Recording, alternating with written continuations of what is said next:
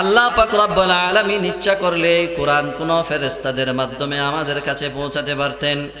তখন কাল কঠিন মুসিবতের সময় আল্লাহর আদালতে যখন আপনাকে আমাকে দাঁড় হতে হবে, তখন আমরা অভিযোগ করতাম, হে আল্লাহ, আপনি তো এই কোরআন আমাদেরকে দিয়েছেন, আমরা এই কোরআন বুঝি নাই, এই কোরআন মতো কিভাবে সমাজ পরিচালনা করতে পারে, এই কোরআন মতো কিভাবে নিজের জীবনকে পরিচালনা করতে হয়, এই কোরআনকে দিয়ে কিভাবে রাষ্ট্র পরিচালনা করতে হয়, আপনি যে ফেরেশতাকে দিয়েছেন তার অনুসরণ তো আমরা করতে পারি না।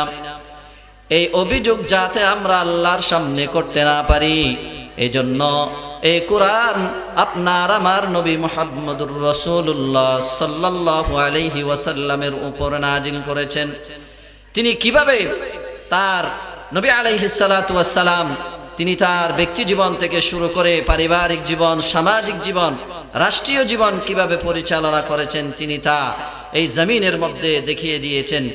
হযরত হাজিরিন, এই সূরাতুন নাহলের 90 নম্বর আয়াত, এটা হচ্ছে কোরআনের একটা সার গর্ব আয়াত। কোরআনের সম্পূর্ণ রূপ এই আয়াতের মধ্যে চলে এসেছে। এই কোরআন, এই আয়াত যখন হযরত মুহাম্মদুর রাসূলুল্লাহ সাল্লাল্লাহু আলাইহি ওয়াসাল্লামের উপর অবতীর্ণ হয়, ওই অবস্থার মধ্যে হযরতে একজন সাহাবা হযরতে উসমান ইবনে মাযউন রাদিয়াল্লাহু তাআলা আনহু, তিনি একদা নবী করিম সাল্লাল্লাহু আলাইহি ওয়াসাল্লামের পাশ দিয়ে তিনি অতিক্রম করে যাচ্ছেন, পাশ দিয়ে হেঁটে যাচ্ছিলেন। ওই অবস্থার মধ্যে নবী করিম সাল্লাল্লাহু আলাইহি ওয়াসাল্লাম তাকে ডাক দিলেন, হে আমার সাথী, হে আমার বন্ধু উসমান ইবনে মাযউন, তুমি তো প্রতিদিন যাওয়ার সময় আমার এখানে অবস্থান করো, তুমি আজকে কেন অবস্থান করছো না, আমার সাথে কিছু সময় কাটাও। এই কথা বলার পরে হযরতে উসমান ইবনে মাযউন রাদিয়াল্লাহু তাআলা আনহু তিনি নবী করিম সাল্লাল্লাহু আলাইহি ওয়াসাল্লামের পাশে বসলেন। বসার পরে তিনি নবী করিম সাল্লাল্লাহু আলাইহি ওয়াসাল্লামকে স্বাভাবিকভাবে প্রতিটা সময় যেভাবে দেখেন, আজকে একটু তার ব্যতিক্রম দেখলেন। নবী করিম সাল্লাল্লাহু আলাইহি ওয়াসাল্লাম কখনো উপরের দিকে তাকান, কখনো ডানে তাকান। এভাবে নবী করিম সাল্লাল্লাহু আলাইহি ওয়াসাল্লামের চেহারার মধ্যে একটা অন্যরকম ভাব চলে আসলো। নবী করিম সাল্লাল্লাহু আলাইহি ওয়াসাল্লাম যখন শান্ত হলেন, হযরত উসমান ইবনে মাযউন রাদিয়াল্লাহু তাআলা আনহু তিনি আর নিজেকে সামলাতে পারলেন না। হযরত নবী করিম সাল্লাল্লাহু আলাইহি ওয়াসাল্লামের কাছে জিজ্ঞাসা করলেন, ইয়া রাসূলুল্লাহ, আমি তো আপনাকে প্রতিদিন একরকম দেখি, আজকে আমি আপনাকে ব্যতিক্রম দেখলাম, আজকে কেন এমন হলো? নবী করিম সাল্লাল্লাহু আলাইহি ওয়াসাল্লাম বলেন, হে মাযউন, তুমি কি কোনো কিছু লক্ষ্য করেছো? বললেন, ইয়া রাসূলুল্লাহ, হ্যাঁ আমি লক্ষ্য করেছি, আমি আপনাকে এরকম অবস্থা দেখেছি, আপনার কি হয়েছে? তখন নবী করিম সাল্লাল্লাহু আলাইহি ওয়াসাল্লাম হযরত উসমান ইবনে মাযউন রাদিয়াল্লাহু তাআলা আনহুকে জানান দিলেন, হে উসমান ইবনে মাযউন, আমার কাছে এইমাত্র জিবরাইল এসেছে। জিবরাইল এসে আমাকে একটা আল্লাহর পক্ষ থেকে তার একটা ঐশী বাণীর অংশ আমার উপর নাজিল করেছে। সেটা হচ্ছে সূরাতুন নাহলের 90 নম্বর আয়াত, ইন্নাল্লাহা ইয়া'মুরু বিল আদলি ওয়াল ইহসান ওয়া ইতা'i যিল কুরবা ওয়া ইয়ানহা আনিল ফাহশাই ওয়াল মুনকারি ওয়াল বাগই ইয়া'iদুকুম লা'আল্লাকুম তাযাক্কারুন। এই আয়াতের মধ্যে আল্লাহ পাক রব্বুল আলামিন যে কথাটা আলোচনা করেছেন, কোরআন আমাদের জন্য প্রেরণ করেছেন, কোরআনের সংক্ষিপ্ত রূপ এই আয়াতের মধ্যে আল্লাহ পাক রব্বুল আলামিন বর্ণনা করেছেন। এই আয়াতের মধ্যে আল্লাহ পাক রব্বুল আলামিন মানব জাতির জন্য 3টা আদেশ করেছেন এবং 3টা নিষেধ করেছেন। আমাদের জন্য 3টা করণীয় বিষয় এবং 3টা বর্জনীয় বিষয় আল্লাহ পাক রব্বুল আলামিন এখানে আলোচনা করেছেন। 1 নাম্বার, ইন্নাল্লাহা ইয়া'মুরু বিল আদলি, আল্লাহ পাক রব্বুল আলামিন কিয়ামত পর্যন্ত অনাগত সকল মানুষদেরকে আল্লাহ পাক রব্বুল আলামিন একটার আদেশ করছেন, সেটা হচ্ছে আদল, ন্যায় বিচার করতে হবে। প্রতিটা মানুষ দায়িত্বশীল। ক্বালা রাসূলুল্লাহ সাল্লাল্লাহু আলাইহি ওয়াসাল্লাম, আলা কুল্লুকুম রাঈন ওয়া কুল্লুকুম মাসউলুন আন রাইয়াতিহি, প্রতিটা মানুষ তার অবস্থার মধ্যে সে দায়িত্বশীল, সে কোনো না কোনো কিছুর প্রতিনিধি, সে হয়তো তার পরিবারের প্রতিনিধি, হয়তো সমাজের প্রতিনিধি, হয়তো রাষ্ট্রের কোনো দায়িত্বের প্রতিনিধি, হয়তো কোনো চাকরির বাবদে কোনো অফিসের প্রতিনিধি, সর্বশেষ সে তার জীবনের প্রতিনিধি, সে তার পা থেকে মাথা পর্যন্ত তার যে দেহাবশেষ রয়েছে তার প্রতিনিধি। সেটা সে কিভাবে ব্যবহার করে তার জবাব তার প্রতি ন্যায় বিচার করতে হবে। এই ন্যায় বিচার করার জন্য আল্লাহ পাক রব্বুল আলামিন নির্দেশ দিয়েছেন। 2 নম্বর হচ্ছে ওয়াল ইহসান, সদাচর করার জন্য, মানুষের সাথে সদাচার করতে হবে, ভালো ব্যবহার করার জন্য আল্লাহ পাক রব্বুল আলামিন আমাদেরকে নির্দেশ দিয়েছেন। 3 নম্বর হচ্ছে ওয়া ইতাইদিল কুরবা, আত্মীয়তার সম্পর্ক বজায় রাখার জন্য আল্লাহ পাক রব্বুল আলামিন নির্দেশ দিয়েছেন। এই 3টা করণীয় আমাদের জন্য। 1 নম্বর ন্যায় বিচার করতে হবে, 2 নম্বর সদাচার করতে হবে, 3 নম্বর হচ্ছে আত্মীয়তার সম্পর্ক বজায় রাখতে হবে। ওয়ায়ানহা আনিল ফাহশাই ওয়াল মুনকার, ওয়ায়ানহা 3টা বিষয় নিষেধ করেছেন যা কখনো করা যাবে না। আনিল ফাহশা, 1 নম্বর হচ্ছে সীমা লঙ্ঘন করা থেকে আল্লাহ পাক রব্বুল আলামিন নিষেধ করেছেন। ওয়াল মুনকার, অশ্লীল কাজ করা থেকে আল্লাহ পাক রব্বুল আলামিন নিষেধ করেছেন। ওয়ায়ানহা আনিল ফাহশাই ওয়াল মুনকার, এবং গুনাহের কাজ থেকে বিরত থাকার জন্য আল্লাহ পাক রব্বুল আলামিন নির্দেশ দিয়েছেন।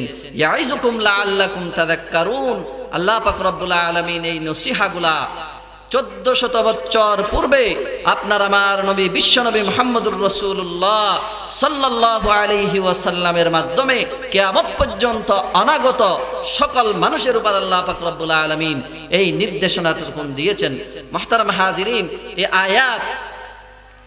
আয়াত নবী করিম সাল্লাল্লাহু আলাইহি ওয়াসাল্লামের সময় থেকে, বিশেষত সালফে সালেহিনের যুগ থেকে আজ পর্যন্ত কিয়ামত পর্যন্ত প্রতিটা পৃথিবীর সকল মসজিদের সম্মানিত খতিব সাহেবগণ তাদের যে জুমার দ্বিতীয় খুতবা রয়েছে, এই দ্বিতীয় খুতবার মধ্যে দেখবেন এই আয়াতটা আলোচনা করে থাকেন।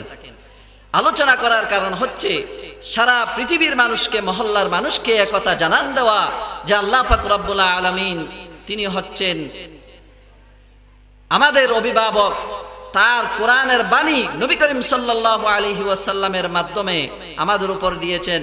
নবী করিম সাল্লাল্লাহু আলাইহি ওয়াসাল্লামকে কেন আমাদের কাছে প্রেরণ করেছেন? যে কোরআনের যে সারমর্ম, সারগর্ভ আয়াত, এই 6টা আলোচনার বিষয় যাতে প্রতি জুমাবার মহল্লার মানুষকে, সারা পৃথিবীর মানুষকে স্মরণ করিয়ে দেয়। এজন্য প্রতি জুমাবার সম্মানিত খতিব সাহেবগণ জুমার মধ্যে দ্বিতীয় খুতবায় এই আয়াতটা তেলাওয়াত করে থাকেন। একথা আমাদেরকে জানান দেন যে আল্লাহ পাক রব্বুল আলামিনের যে নির্দেশিত 3টা করণীয় আমাদেরকে পালন করতে হবে, আর 3টা বর্জনীয় তা আমাদেরকে পরিহার করতে হবে। এই আয়াত যখন নাজিল হলো মুহাম্মদুর রাসূলুল্লাহ সাল্লাল্লাহু আলাইহি ওয়াসাল্লামের উপর, যখন তিনি নবুয়ত প্রাপ্ত হলেন, আরবের মধ্যে কবর প্রচার হতে শুরু করল। আরবের একটা অঞ্চলের প্রতিনিধি হযরতে আকসাম বিন সাইফি রাদিয়াল্লাহু তাআলা আনহু, তিনি তার পূর্ববর্তী কিতাবের যে জ্ঞানী ছিলেন, সে জানত একজন নবী আসবেন, সে নবী দাবি করবে। ওই ব্যক্তি আকসাম বিন সাইফি রাদিয়াল্লাহু তাআলা আনহু এই অপেক্ষার মধ্যে ছিলেন। যখন তার কাছে খবর পৌঁছলো যে আরবের মধ্যে একজন মুহাম্মদ নামে সে নিজেকে নবী দাবি করে, এই কথা শোনার পরে হযরত আকসাম বিন সাইফি রাদিয়াল্লাহু তাআলা আনহু তিনি মুহাম্মদুর রাসূলুল্লাহ সাল্লাল্লাহু আলাইহি ওয়াসাল্লামের কাছে আসার জন্য ইচ্ছা পোষণ করলেন। তখন যে তার এলাকার মানুষ, সে সমাজের নেতা, একজন বড় প্রতিনিধি, সে তার এলাকার মানুষের কাছে তার আশা ব্যক্ত করলেন যে অমুক জায়গার মধ্যে একজন মানুষ নিজেকে নবী দাবি করছে, আমি তার কাছে যেতে চাই। তখন এলাকার লোকেরা তাকে বারণ করলেন, তাকে নিষেধ করলেন যে আপনি আমাদের প্রতিনিধি, আপনি কেন সরাসরি যাবেন? আগে আপনি খবরাখবরি নেন ওই ব্যক্তি যে নিজেকে নবী দাবি করছে সে আসলে নবী কিনা, সেটা সত্য কিনা। তখন হযরত আকসাম বিন সাইফ রাদিয়াল্লাহু তাআলা আনহু তিনি বলেন, হে আমার এলাকাবাসী, তোমরা আমাকে দুইজন প্রতিনিধি ঠিক করে দাও, আমি তাদেরকে তা মুহাম্মদুর রাসূলুল্লাহ সাল্লাল্লাহু আলাইহি ওয়াসাল্লামের কাছে প্রেরণ করব। তখন তারা দুইটা প্রতিনিধি ঠিক করে দিলেন। ঠিক করে দেওয়ার পরে হযরত আকসাম বিন সাইফ রাদিয়াল্লাহু তাআলা আনহু তিনি তাদেরকে দুইটা প্রশ্ন শিখিয়ে দিলেন। এক নাম্বার প্রশ্ন হচ্ছে মানান্তা, তুমি কে? দুই নাম্বার প্রশ্ন হচ্ছে মানতা, এবং তুমি কি? আপনি কে এবং আপনি কি? হযরত আকসাম বিন সাইফ রাদিয়াল্লাহু তাআলা আনহুর ইচ্ছা হলো এই দুইটা প্রশ্নের যদি যত উপযুক্ত উত্তর পাওয়া যায় তাহলে সেই হবে মুহাম্মদ, সেই হবে খাতামুন নবিয়্যিন। এই প্রশ্ন দুইটা শিখে দেওয়ার পরে হযরত আকসাম বিন সাইফ রাদিয়াল্লাহু তাআলা আনহুর দুইজন প্রতিনিধি মুহাম্মদুর রাসূলুল্লাহ সাল্লাল্লাহু আলাইহি ওয়াসাল্লামের কাছে আসলেন। মুহাম্মদুর রাসূলুল্লাহ সাল্লাল্লাহু আলাইহি ওয়াসাল্লামের কাছে সাক্ষাৎ হলো, কৌশল বিনিময় হলো। তারপরে জানান দিলেন, হে মুহাম্মদ সাল্লাল্লাহু আলাইহি ওয়াসাল্লাম, আমরা অমুক জায়গার একজন প্রতিনিধি, আমাদের অঞ্চলের প্রতিনিধি আকসাম বিন সাইফ রাদিয়াল্লাহু তাআলা আনহু, তার কাছ থেকে আমরা এসেছি। তিনি আমাদেরকে দুইটা প্রশ্ন আপনাকে করার জন্য আমাদেরকে দিয়েছেন। এই দুইটা প্রশ্নের এক নম্বর প্রশ্ন হচ্ছে মানান্তা, আপনি কি? আপনি কে? মা আনতা, এবং আপনি কি? এই দুইটা প্রশ্নের উত্তর নবী করিম সাল্লাল্লাহু আলাইহি ওয়াসাল্লাম দিলেন। এক নম্বর প্রশ্নের উত্তর হচ্ছে মানান্তা, আপনি কে? আমি হলাম আনা মুহাম্মাদুর আব্দুল্লাহ, আমি মুহাম্মদ ইবনে আব্দুল্লাহ, আমি আব্দুল্লাহর পুত্র মুহাম্মদ।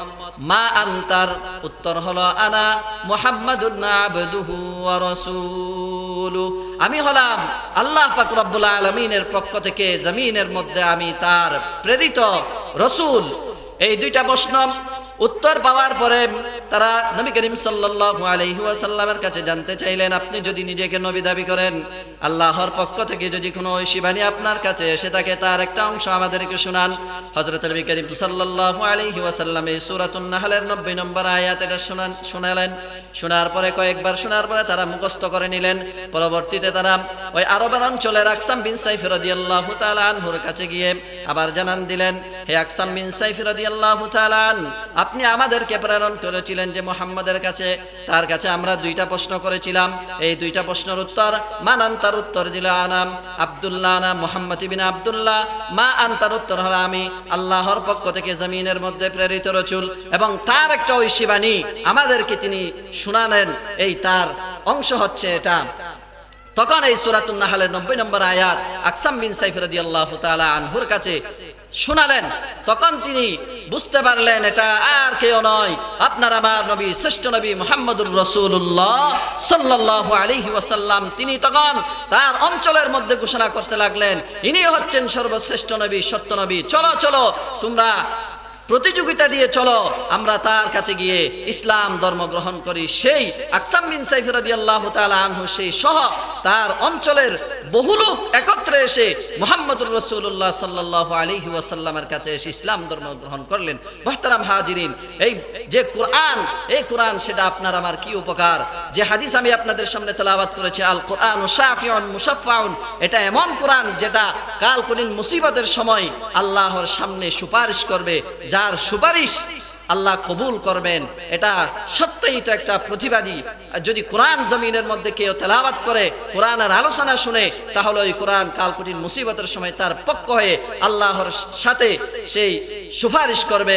মান জাআলাহু আমামাহু কাদাহু ইলাল জান্নাহ, যে ব্যক্তি নাকি তার ব্যক্তি জীবন থেকে শুরু করে রাষ্ট্রীয় জীবন পর্যন্ত এই কোরআনকে সামনে রাখবে, এই কোরআন তাকে জান্নাতে নিয়ে যাবে। ওয়া মান জাআলাহু খালফাহু সাকাহু ইলান নার, যে ব্যক্তি নাকি এই কোরআনকে অপছন্দ করবে, কোরআনের আলোচনা ভালো লাগবে না, কোরআনের মাহফিল ভালো লাগবে না, তাহলে ওই কোরআন তাকে জাহান্নাম পর্যন্ত নিয়ে যাবে। আল্লাহ পাক রব্বুল আলামিন আমাদের সকলকে কবুল করুন, এই মাহফিলকে কবুল করুন। যে সংক্ষিপ্ত আলোচনাটুকু করার চেষ্টা করেছি, ভুল ত্রুটি মাফ করবেন। আল্লাহ পাক রব্বুল আলামিন বুঝে আমল করার তৌফিক দান করুন। ওয়া মা তৌফিকি ইল্লা বিল্লাহ, ওয়া আখির দাওয়ানা আনিল হামদুলিল্লাহি রাব্বিল আলামিন।